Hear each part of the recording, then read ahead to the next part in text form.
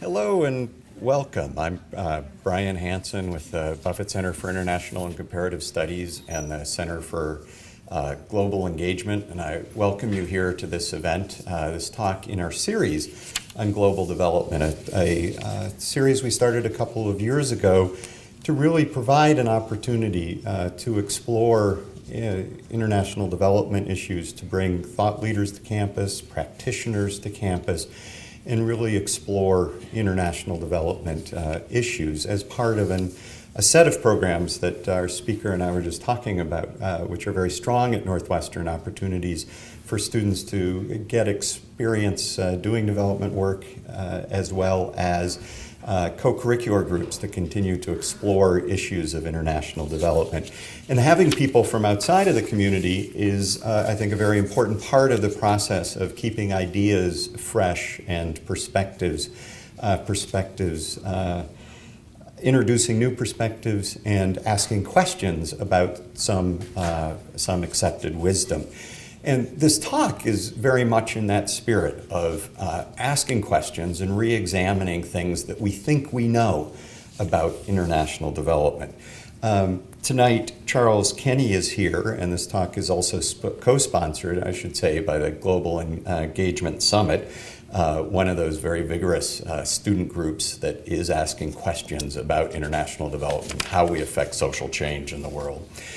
And Charles Kinney is currently a senior fellow at the Center for Global Development, and he's working on a number of things, including the demand side of development, the role of technology and quality of life improvements, questions of governance and anti-corruption and aid. He's published extensively on international development topics, everything from what we know about the causes of economic growth to the link between economic growth and other things we care about in international development. What are the causes for improvement in international health, as well as something as fundamentally to the human condition as the link between economic growth and happiness. In addition, he's on leave from the World Bank, where he has engaged in many assignments, including working with the Vice President for Middle East and North Africa region, coordinating work on governance and anti-corruption and infrastructure and natural resource projects. He's studied modern history at Cambridge University, development studies at the School of Oriental and African Studies and International Economics at Johns Hopkins School of Advanced International Studies. And he has a new book out that he's going to talk to us tonight called Getting Better. And as I said, this is a book that challenges conventional wisdom about international development, and you can get a sense from the subtitle why global development is succeeding and how we can do more how we can improve the world even more. Please join me in welcoming Charles Kenny to Northwestern.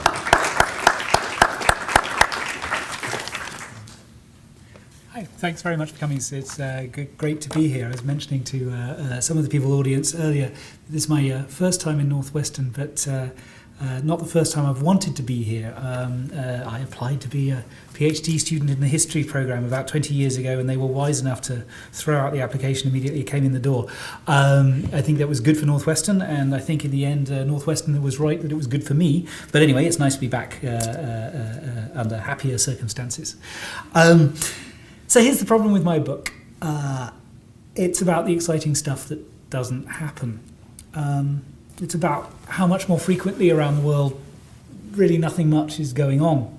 Nobody starves, nobody gets sick, nobody's shot, nobody dies. Kids go off to school, parents go off to work, they come home at the end of the day to a meal on the table and sleep a peaceful night. Tolstoy rather famously dissed writing about such families, saying, happy families are all the same. Want to write a book, write about sad people. And actually, it's true that nothing is a difficult thing to sell. But that the world is becoming more and more banal every day, I think is truly wonderful. And this story of sort of nothing much going on is actually the what the book is about, and trying to explain why it is that so much less bad stuff is going on worldwide than it used to. I'll get to all the good news about nothing in a minute, but I don't want you to think I'm just Pangloss. I want to start with some bad news, and that's bad news regarding nothing when it comes to income.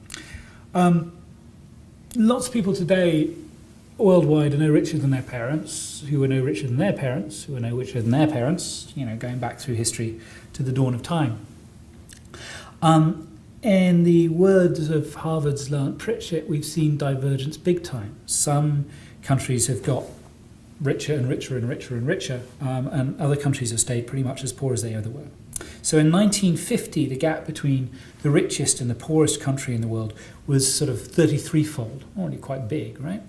But today it's about 137-fold. The richest country in the world is more than 137 times richer than the poorest country in the world in terms of GDP per capita.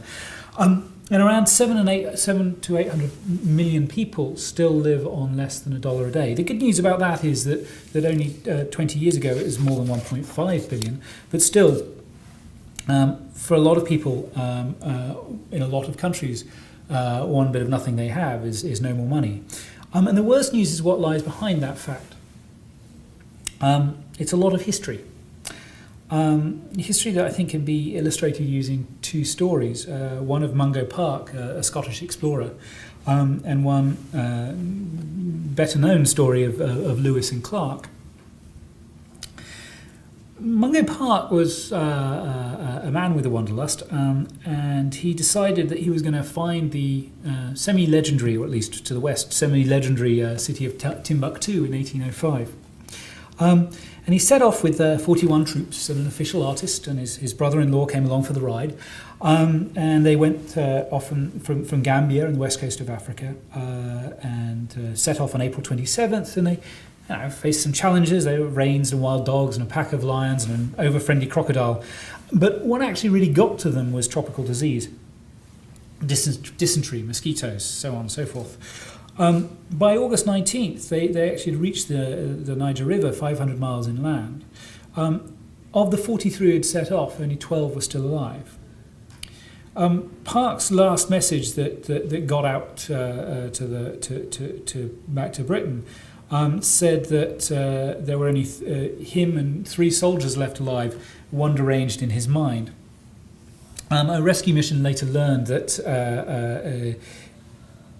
the Park actually did make it to Timbuktu. He didn't get off the boat he was on because the people in Timbuktu didn't seem that friendly. So he sailed on to the Gulf of Guinea, but 300 miles before he made it to the Gulf, he was killed. But the point is, apart from him and the last other survivor of the trip at that point, 41 of the 43 people who died on the mission died of disease. And when his son went off to try and find him, his son died of malaria too. Meanwhile, at exactly the same time, Lewis and Clark were about halfway through their trip across America. Their trip was considerably longer. It was about 3 years longer. They met a lot of people along the way, but despite a longer time travelling and lots of exposure to the local environment, if you will, the worst that they suffered were a few cases of boils and tumours. One of the 33 people on Lewis and Clark's expedition did die. He died from appendicitis, not a tropical disease. Darren Acemoglu and colleagues from MIT say that these two different stories tell you a lot about who's rich and who's poor today. That in places where the disease burdens were really vital in determining what happened in colonial history. So their story runs that in places where disease burdens were light and Western imperialists, Western colonial powers could survive well, the Westerners came in and took over en masse, and they did that by killing intentionally or unintentionally local populations. So a combination of disease and shooting people. And in those places, you were left with a large Western population, a rather small native population, and the institutions that developed were reasonably, comparatively at least, reasonably equitable. So widespread education, good public service provision. And an example would be the United States and Australia. In places where the disease burden was tough on the imperial forces, you ended up with a rather small elite of Westerners in charge of a colony largely made up of local populations. And because of racism, that ended up in a system where there wasn't much provision of public goods. There was no effort to roll out educational services very far. What there was in most cases was some mission schools, but no government effort to have equal institutional outcomes. And so you ended up with very unequal societies with very little provision of public goods, and that would be the case in large parts of Latin America and in Africa. And because of these different institutional stories, you end up with the places with bad institutions remaining poor to this very day, and the places with good institutions becoming rich.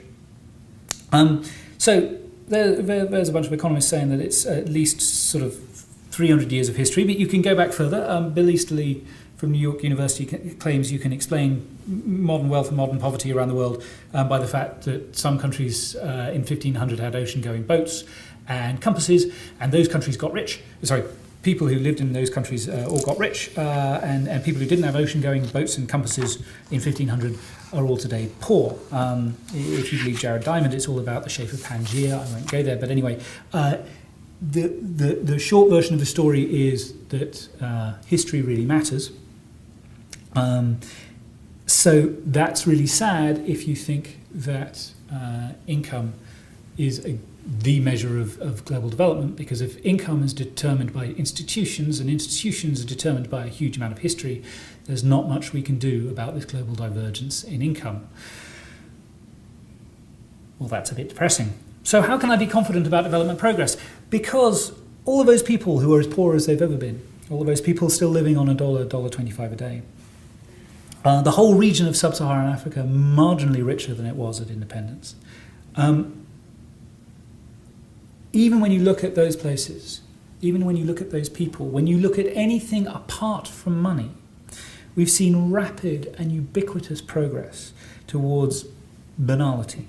So, for example, kids aren't dying nearly as often as they used to.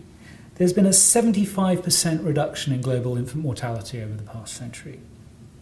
I've gone from 1 child in 5 dying before their first birthday to 1 child in 20 dying before their first birthday. We're at a 60-year low in the terms of the number of people dying on the battlefield worldwide. According to measures of democracy and civil and political rights, there has never been a time in history when such a large proportion of the world's countries were fully democratic regimes respecting civil and political rights.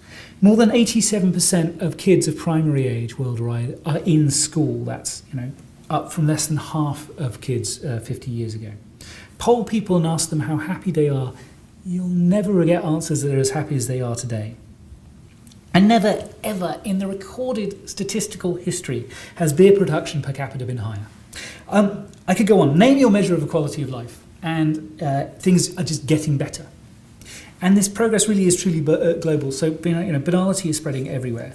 So according to some statistics put together by Bill Eastley a couple of years ago, the proportion of a population of sub-Saharan Africa affected by famine between 1990 and 2005 averaged less than 0.3%. The proportion who were refugees was 0.5%. The number who died in wars between 1965 and 2001 was 1/100%. Now, these figures add up to stories of despair for thousands, millions of people, but they remain stories of a minority. For the rest, really, progress has been considerable. Life expectancy in 1960 in sub-Saharan Africa was 41 years. By 2005, it had gone up to 51 years. From 1970 to 2000, literacy rates in sub-Saharan Africa increased from 28 to 61%. I could go on. Well, what's behind all of this progress? in the global quality of life? Well, we can start with what's not behind it, right? It's money. One reason we know it's not money is because there's one thing that isn't improving everywhere in the world, and that's income levels. So if there's been ubiquitous progress in all of these other areas of the quality of life, but not in income, it can't really be income that's driving it. And we can see that again by looking at the countries which are actually poorer than they used to be. So take the 12 countries where we know that income today is lower than it was in 1960. Income in those 12 countries actually dropped on average by 27% over the last 40 years. So the average citizen only has 3/4 of the income they had in 1960 that their grandparents had. These countries really are sort of a list of the development failures, if you will. Haiti, the Central African Republic, Cote d'Ivoire, Liberia, Madagascar, Nicaragua, Niger, Senegal, Sierra Leone, Venezuela, Zambia, and Zimbabwe. Over the same time frame as income was plummeting in these countries, life expectancy on average across these countries increased over 10 years. It would have increased a lot more had it not been for the tragedy of AIDS in the sub-Saharan countries I mentioned. Adult literacy rates increased in every country, close to doubling on average. For the 9 countries where we have measures of civil and political rights, the measures improved in 7 out of 9, stayed level in 1 and only declined in 1. So despite economic regress, these countries saw historically pretty unprecedented economic progress. Now, I'm not suggesting that money doesn't matter at all. That there are still sort of 700 million people living on $1.25 a day is a tragedy. It's not enough to pay for adequate nutrition. It's not enough to pay for school books. It's not enough to pay for basic medical procedures. These people need more income, and more income will improve their quality of life. But the real success of development over the past 50 years has been to reduce the cost of living, and I mean that literally. So let's take an example of waterborne disease. Cholera is a pretty nasty waterborne disease. It's caused by bacteria in the water. It causes spasms and gushing diarrhea, and that diarrhea is what leads to onward transmission. People tend to die by dehydration from cholera. In 1849 in London, for example, an outbreak killed 14,000 people.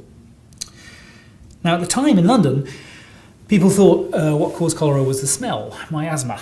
There's a wonderful book called The Ghost Map, which lays out the story of Dr. John Snow figuring out that the cholera epidemic could be linked back to a single water pump, which had a cracked pipe, which was next to a lot of open sewage.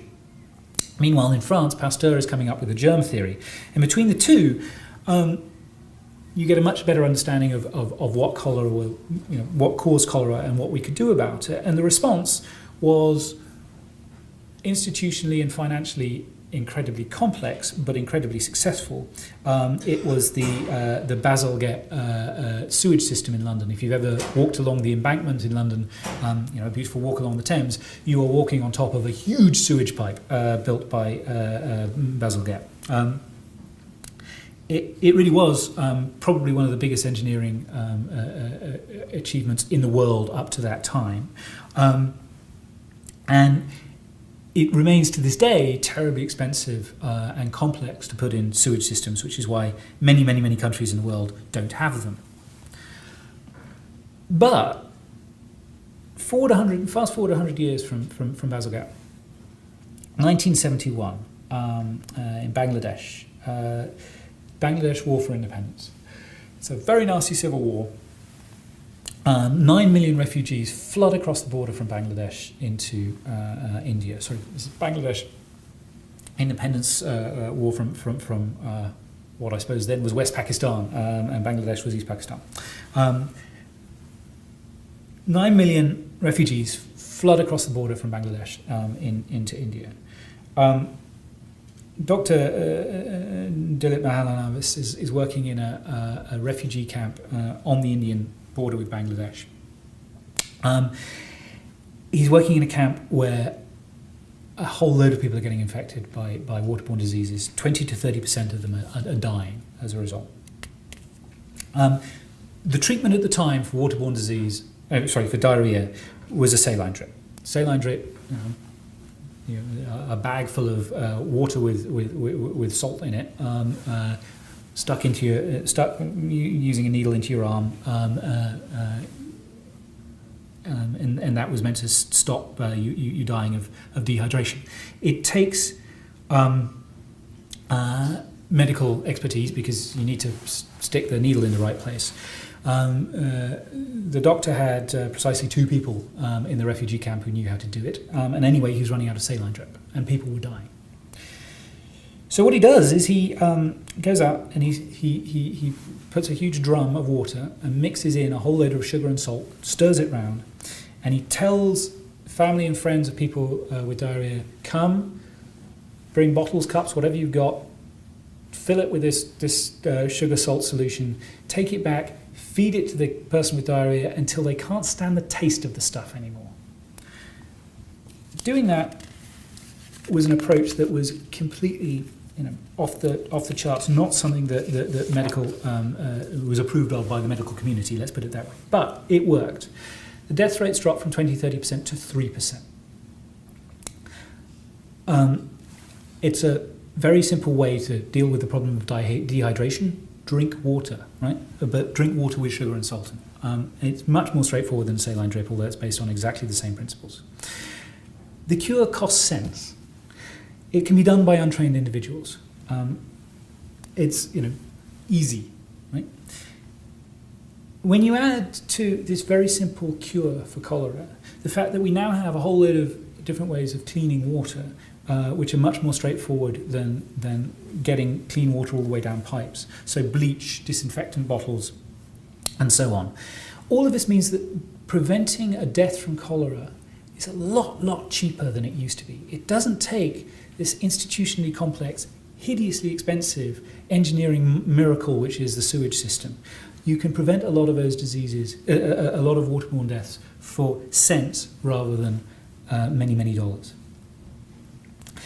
Now there is a problem here, which is you need to know that sugar salt solutions and bleach work, and I'll come back to that.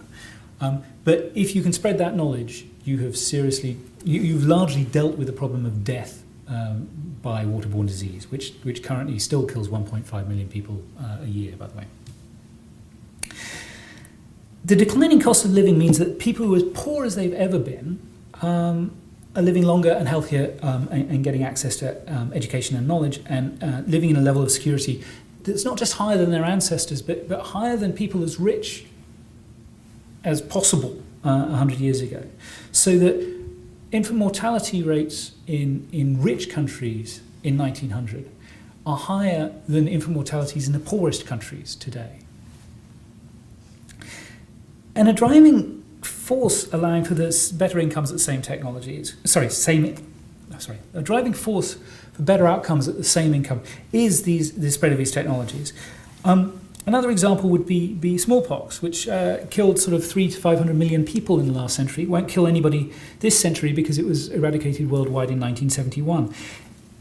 Massive boon to the global quality of life. It cost, the total cost of the global program to get rid of smallpox was $312 million. In the usual metric of these things, that's the same cost as a wing of a B-2 bomber.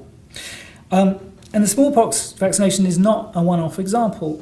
Between 1999 and 2005, thanks to the continued rollout of vaccinations, the number of African children who died annually from measles dropped by 3/4.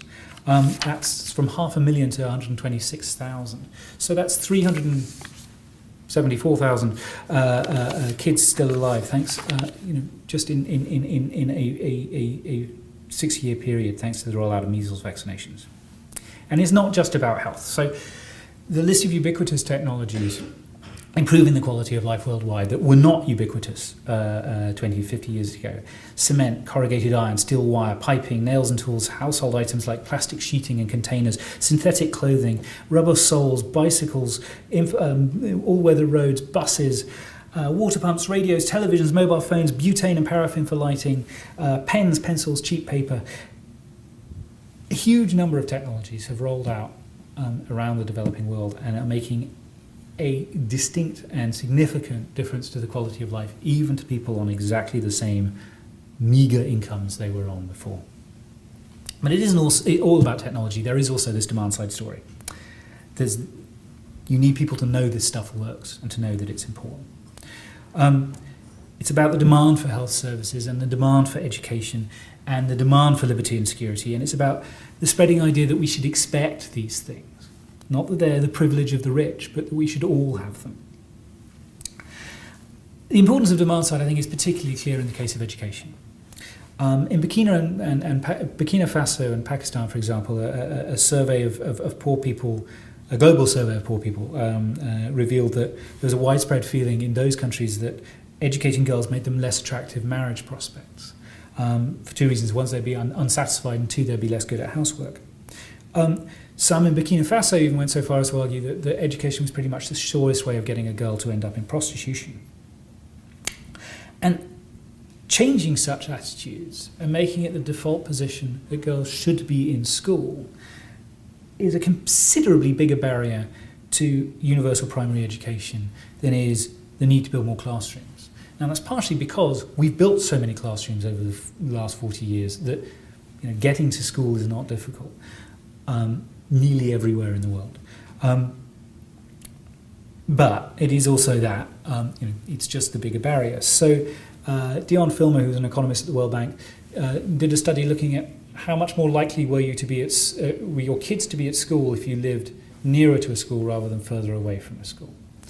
And across a range of developing countries that at the time had an average primary enrollment rate of 50%, he found that if you built a school right next to every house in those countries, one school per house, you would increase the enrollment rate by 3%. It was not distance to the school that was keeping the kids out of school. It was attitudes about the importance of schooling.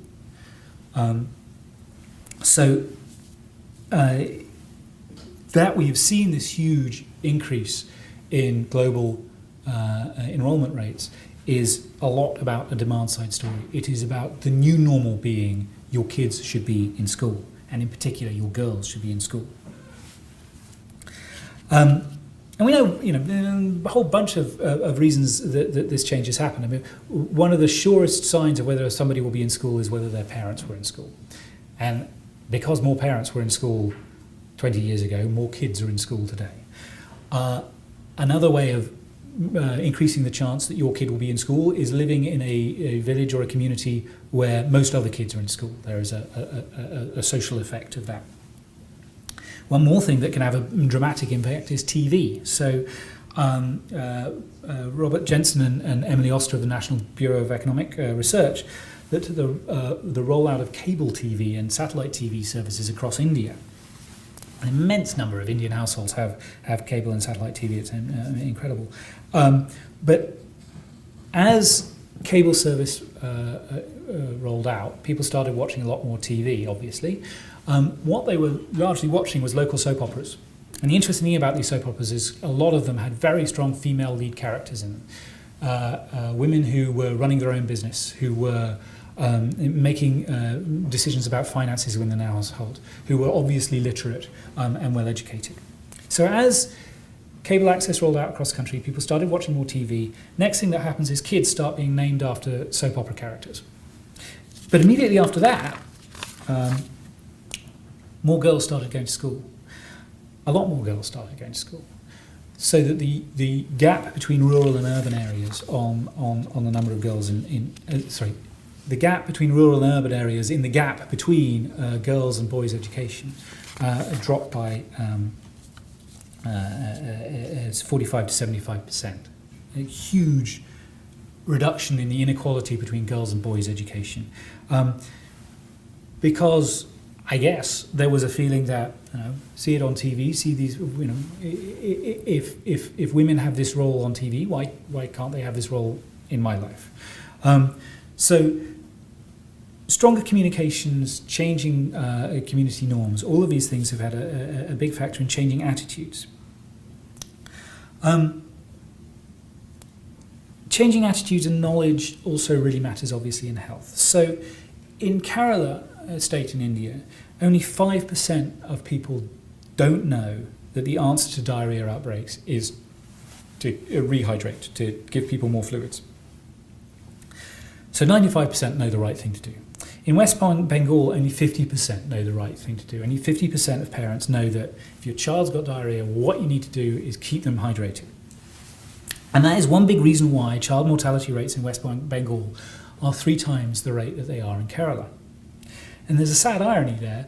The story of oral rehydration and the sugar salt solution that I told earlier is a story about a refugee camp in West Bengal. But clearly the knowledge didn't spread outside the refugee camp. So it takes outreach programs and spread of ideas and so on and so forth. But more and more people today do know the germ theory of disease. More and more people know the importance of hand washing. More and more people know breastfeeding matters. It has been a hugely powerful force for the improvement in global quality of life, just the spread of that knowledge. And I think changing attitudes about what we should expect out of life have been really important to the rollout of civil and political rights as well. And I think what's been going on in the Middle East is a clear example of that, right? That we've seen this wave of democracy protests is partially built on the fact that if you ask people in the Middle East what's the best form of government, 80-90% of them say democracy. It's a universal thing now that it's the norm that democracy is a form of government that you want. And I don't think that would necessarily have been true 40 or 50 years ago. So these two forces, sort of technology advance on the supply side and changing ideas on the demand side, are the main factors behind improving quality of life. Not more money, but more technology and more ideas. I do want to stop just for a moment to discuss something that, while a vital global issue, is not terribly much discussed in the book, and that's the global environment. I say everything is getting better pretty much, but obviously, we know that climate threat is no longer a sort of climate change is no longer a distant threat. It's a present reality. Biodiversity loss is accelerating. Fish stocks are declining worldwide.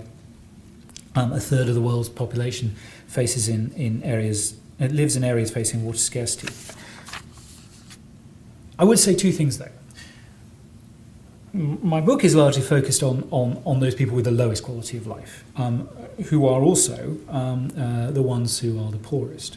And they are not responsible for our global environmental predicament. The 650 million poorest people on the planet, give or take, live on 1% of the incomes that the richest 650 million people on the planet live. So the richest people on 650 million have 100 times the income of the poorest 650 million.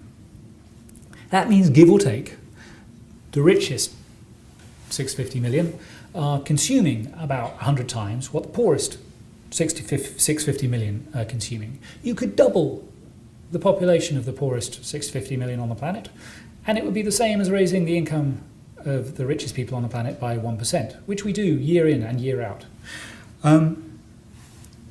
So if you're worried about consumption, you shouldn't be worried about the global poor. And if you're worried about global overconsumption of goods and what that means for sustainability, it's not a problem that you should be foisting on the poor. It's our problem. If anybody needs to be dealing with it, it's us. We need to be worrying about our consumption patterns, not theirs. And second, actually, I would say there's some pretty good news about what it would take to tackle our problem of overconsumption. I don't think we need to go back to a sort of medieval standard of living in order to move on to a sustainable global consumption pattern. I'd say that actually, so does Nicholas Stern, so do many people who know this issue far better than I do. But one reason for knowing that it can't be that hard is that we're already doing it to some extent, not fast enough and not enough, but we are doing it to some extent. So Germany, for example, the amount of energy it takes to produce $1 of GDP in Germany is 25% of what it was 30 years ago. So they're producing, if you will, 4 times as much stuff for every unit of energy they consume.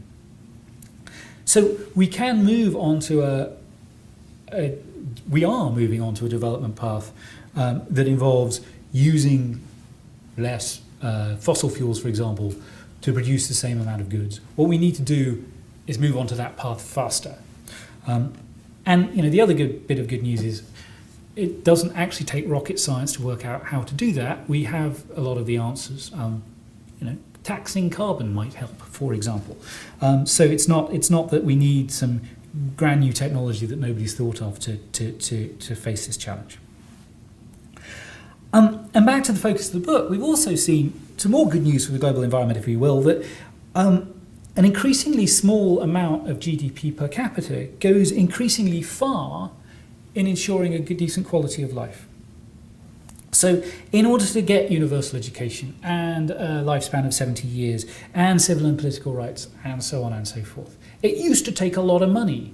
Now it doesn't take as much money. We don't need to consume as much, if you will, in order to get a better outcome. And that is, great news if you, like me, believe that, if everybody in the world consumed like we do, that would probably be bad news for the global environment. And back to the conclusions from the book, that high quality of life doesn't necessarily take unsustainable consumption patterns. It's one more reason to think that governments and aid agencies ought to be thinking a little bit less about raising GDP per capita growth and a little bit more about other stuff. Because considerable sustainable increases in the quality of life are achievable even if there is no GDP per capita growth. So, for example, 1/3 of the 10 million child deaths in low-income countries that still sadly occur each year could be prevented if everybody used oral rehydration, sugar salt solutions to combat diarrhea, if everybody practiced breastfeeding, every mother practiced breastfeeding, and we provided insecticide-treated bed nets for every kid. These are very, very cheap technologies. You do not need to wait for Lesotho to become as rich as Liechtenstein to be able to afford everybody having this stuff. Again, even the poorest countries can afford universal education. And I think that the police and the army can positively save countries money by not beating people up. Basic quality of life can really be cheap. And that's good news, especially for aid agencies and development industry, I think, because efforts to speed economic growth using aid and development resources have been mixed, shall we say, in their success rate. Institutions, these things that seem to lie behind different levels of income, changing those institutions is very hard from the inside. It's probably even harder from the outside. When you compare the rather patchy record of aid when it comes to economic growth to the really fairly spectacular role of aid in both rolling out new technologies and changing, spreading knowledge and in some cases even changing attitudes through things like social marketing and conditional cash transfers, it seems to me clear to me where the marginal aid dollar should be going. Take the example of malaria again. We don't yet have a vaccine, and bed nets are a good but only partial solution to the problem of malaria. So that means that a lot of people worldwide still die from the disease. There's a sad story in a World Bank publication, Voices of the Poor, about Grace, who was a 5-year-old Ugandan girl. And she had a bout of malaria, and the first things her parents did was they tried some traditional remedies, and then they borrowed some money for some chloroquine and for some aspirin. And actually, Grace did improve for a little bit, but sadly her condition got worse again.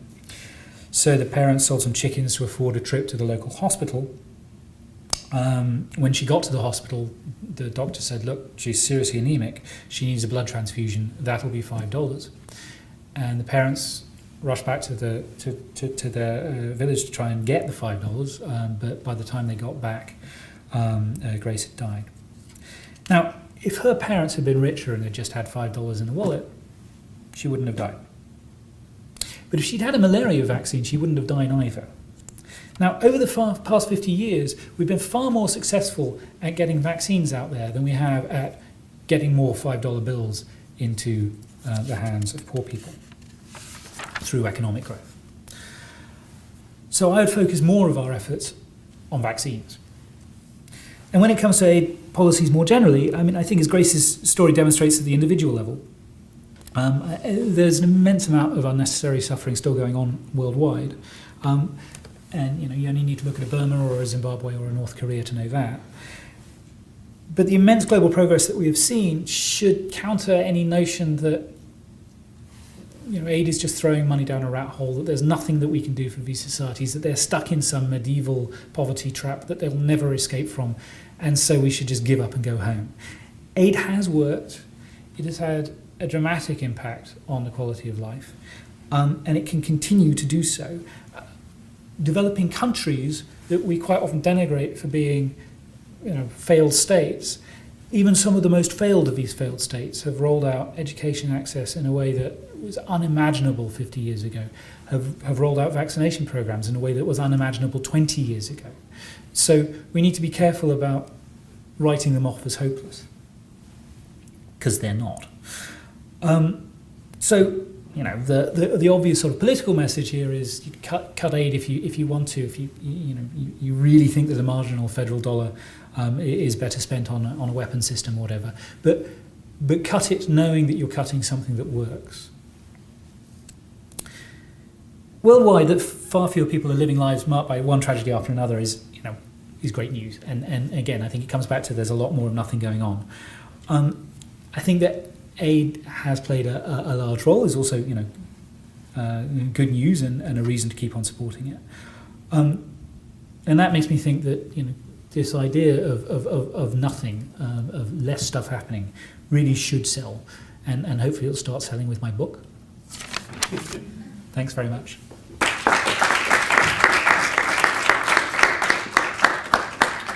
Got an opportunity for questions and discussions, and I'll let Charles recognize his own discussions. We can start right back here. I know Cuba was one of the nations that was very successful at rolling out some medicine and some of its own education, and now is working on peak oil, I guess. Were they a failed state at one time, or considered a failed state? Gosh, somebody tried to put together a list of failed states recently, and then they came out with 4 different lists. But I don't think Cuba was on any of them. Cuba is a fascinating story, and I think is a sign of something important about the role that public health policy can play. In that, rolling out coverage of basic services was very much at the core of what Cuba did, and it had a big impact. China is another interesting case of the same thing, in that they had this barefoot doctors program, which were people with a little bit of medical training who were sent out all over the country to provide very basic medical services. Sadly, as part of the reform program in China, that program fell apart, and if you look at Chinese income and health statistics, they go in a very strange pattern, which is when income was pretty much flat after the Cultural Revolution, health was getting better and better and better and better. And then as China starts growing hugely rapidly in the last couple of decades, health pretty much flattens off, despite the fact that health expenditures have gone up tenfold. So they are spending a huge amount more on health, but not getting much more in the way of health outcomes. And it's because the basic health system collapsed. Meanwhile, there are a lot of, many of them private doctors, over-prescribing the wrong medicines, because people, when they go to a doctor, think, I need to get a pill and I need to get a shot. And if they don't get a pill and a shot, they get upset and they won't pay the doctor. So the doctor's incentive is to give them a pill and a shot, whether they need it or not. And so we've got massive overprescription of antibiotics going on in China, and actually in India too. But also, surgical procedures that really aren't necessary are exploding in China. So a lot of very expensive bits of medicine that aren't doing much good. And it's a sort of a fascinating case of, I suppose, so is the United States, a fascinating case of spending a huge amount of money on health but not seeming to get all you'd expect for that level of expenditure. You talked about giving money to weapons for to quality of life. Can you expand a little bit more on that? And do you think that the matter of global security has become more important at this day and age than quality of life? I don't mean to downplay the suffering and the tragedy connected with global terror, but I would compare it to two other sources of suffering and tragedy. One was the Cold War, when, arguably at least, there really was a serious possibility that we would end up destroying everything in a global nuclear Armageddon, which would kill, billions. The other thing I compare it to is the number of people who die on roads in America every year. All the terror deaths worldwide between 1999 and 2006, there's a couple of months worth of 1 year's road accidents in the United States alone. You have to put these things in perspective, right? We are spending a lot of money fighting global terror, and we should fight global terror. And I don't mean to downplay it as an issue, but if your goal is to minimise tragedy and minimise threats to global well-being, I think there is a strong argument that the marginal dollar should be going towards aid and research into vaccines and so on and so forth, rather than to the Defence Department. I look forward to reading your book. You didn't say much about issues of governance and institutions and institutional capacity. Many people seem to recognize that as being central to countries really getting better. Right. And the second thing is, and I haven't thought of this, but given your idea about the way in which improvements in qualities of life in a number of areas has been brought about by things getting more affordable. Then from that, it would, China would be making one of the greatest contributions in our era to improve it across a range of countries. Can I reverse? Yes, on China, I think it's true. The latest example is solar lamps. So solar-powered lamps that you charge them during the day using solar power, and at night an LED light gives off a lot of light. They're now incredibly cheaply made in China and are more environmentally friendly, more healthy, produce better light than all of the other options that people off the electricity grid have to have electricity. They're cheap to produce because they are mass produced in China. So I'm with you. I think it's not just America that has benefited from cheap stuff from China. It's the world. Governance and institutions. I think they matter in probably more than two ways, but at least two ways. I do think they're central to the income per capita story, so that you can't get rich without having a rule of law, a set of regulations, a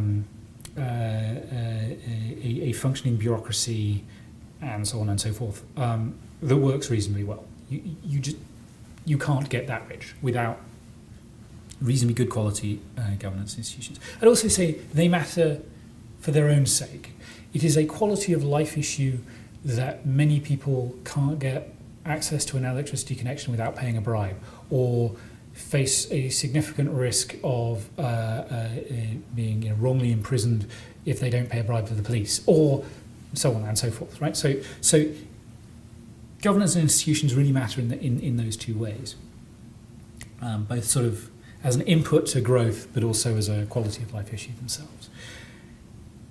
I do think that it is notable that even in countries which, according to the usual measures we have for what they are worth, countries that have some of the weakest governance on the planet, we're still seeing these improvements in quality of life. So, in Afghanistan, DPT vaccination rates are above, diphtheria, whooping cough, and tetanus vaccination rates are above 90%. Afghanistan, right at the bottom of a TI index. Democratic Republic of the Congo, vaccinations are getting rolled out. Places that are just desperately poorly governed, we are still seeing, more kids in school. We're still seeing longer life expectancy and so on and so forth. It's not that institutions don't matter to health and to education. Of course they do, and in particular, institutions matter to the quality of education. It's all very well getting kids in school. It's best they learn something while there. But even absent institutions and governance of any quality, we're still seeing these improvements, which is sort of the best news of all, right? And it's the only way you can explain a story of convergence in health and education indicators across countries when we're not seeing it in income. Because, if institutions are driving income and some places aren't seeing any economic growth, it must be that they have really awful institutions. Yet those same countries are still converging when it comes to health and education. So it's got to be that institutions aren't a complete break on improvements in the quality of life, even though they definitely are, an important issue. Does that? No, not convinced. Well, We'll be following up. right then.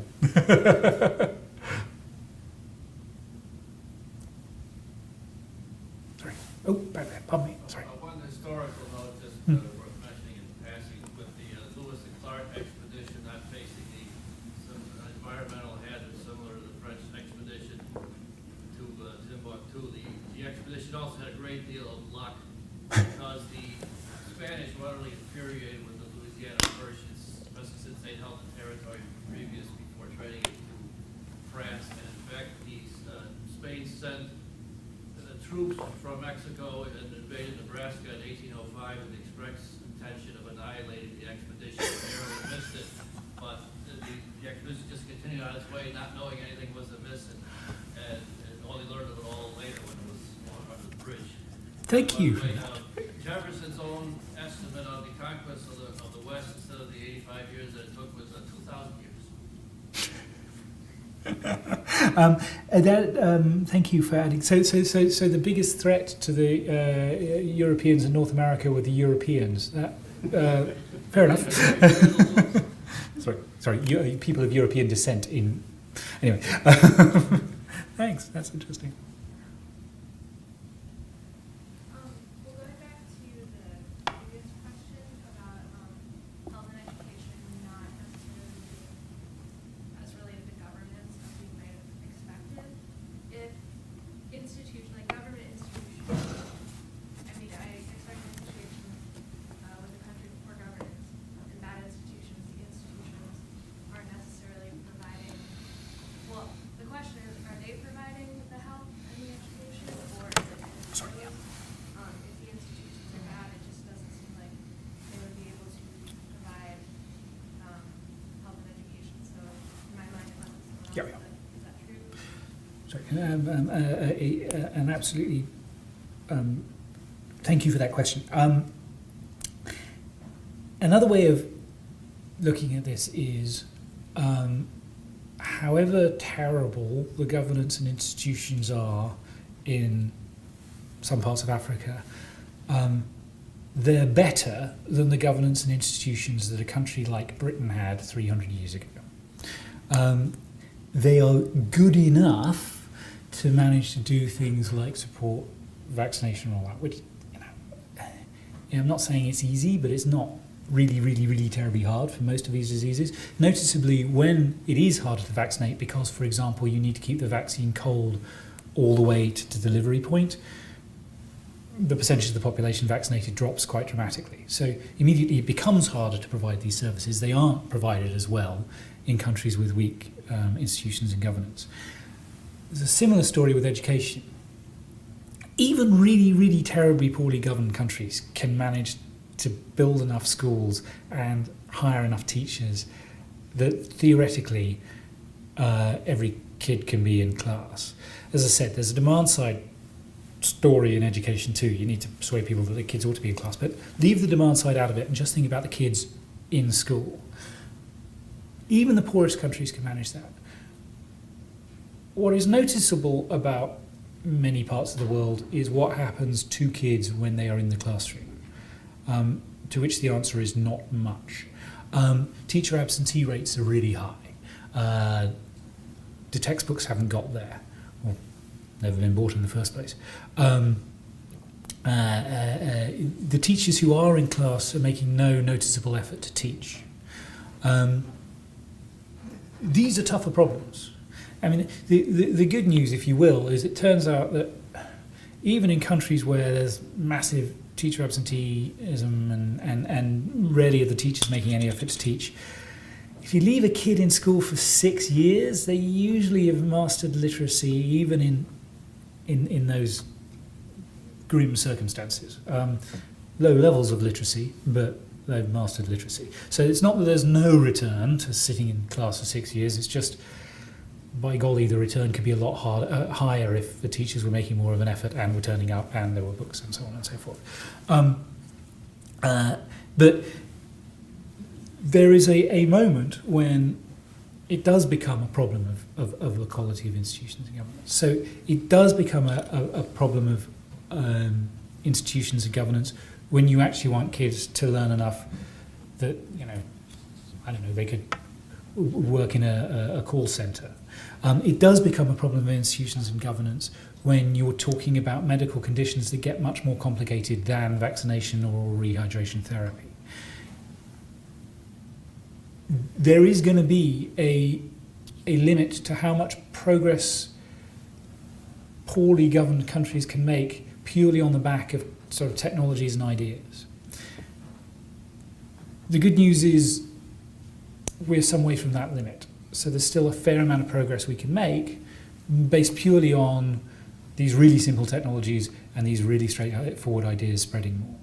And so, we'll get to 70 years of life as it might be. We won't get from 70 to 80 years of life, average life expectancy, without dealing with the institutional problems, which is a problem because I'm not sure we have terribly many good answers on how to deal with the institutional problems. But, at least we can get to 70, which is a lot better than where we are now. And, so that there's still a lot of room for improvement, if you will. Can I follow that up with a question about priorities?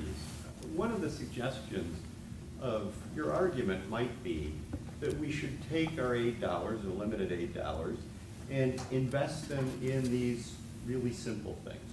The hard stuff we don't know how to do, we don't know if it's going to work out very well. So let's, to push Richard Joseph's question, let's just give up on the institutional stuff.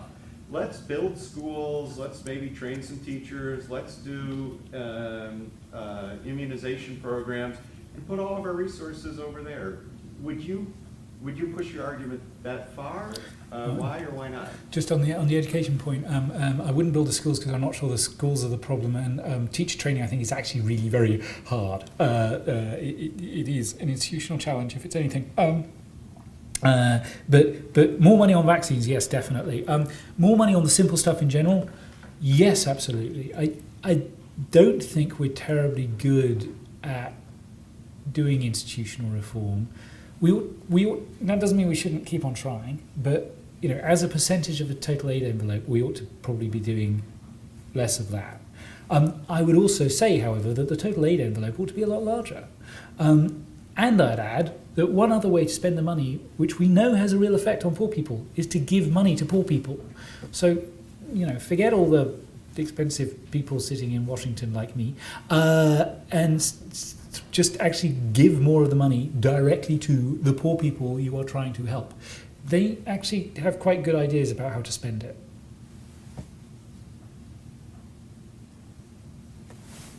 Yeah, along the same lines of priorities, I wanted to ask you a question about charitable giving.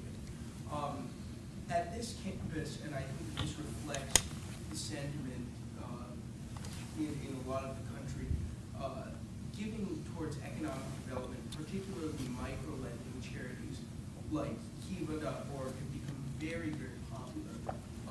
And people are very, very excited about them. Would you say that that's misplaced? And that those dollars would be better spent, for example, on vaccinations? I don't think of Kiva as thinking of itself as necessarily aiming sort of in a direct way to get the GDP per capita of the countries it works in from X to Y. I think of it more as trying to improve the lives of the people that you see the pictures of, if you will. And actually, I think Kiva is a pretty cool tool for doing that. So I don't really have give more money to Kiva. Please don't stop giving money to Kiva.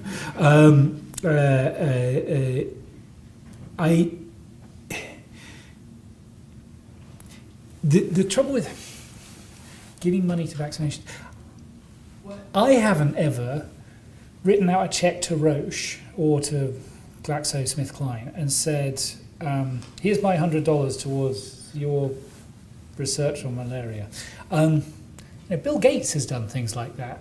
I think there's a sort of scale issue here, right? That what individuals want to give money to is something that is a problem that is scaled to the size of the amount of money they're giving.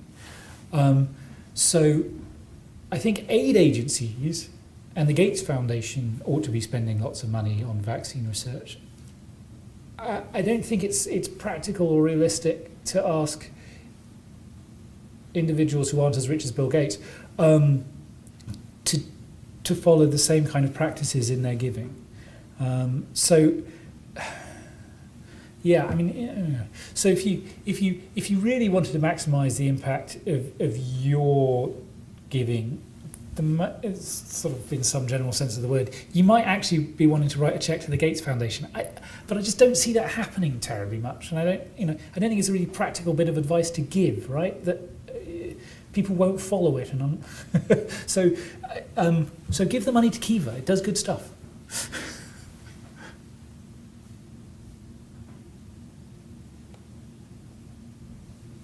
Cool. Well, this was a very interesting conversation, and like I said, one of the things that I appreciate about your work is to bring attention to some of the good side of the story of international development. So much of the news is doom and gloom, and to challenge some of the ideas about where priorities are. So I thought this was a very terrific discussion. Thanks for coming. Please join me in thanking Charles for a great presentation.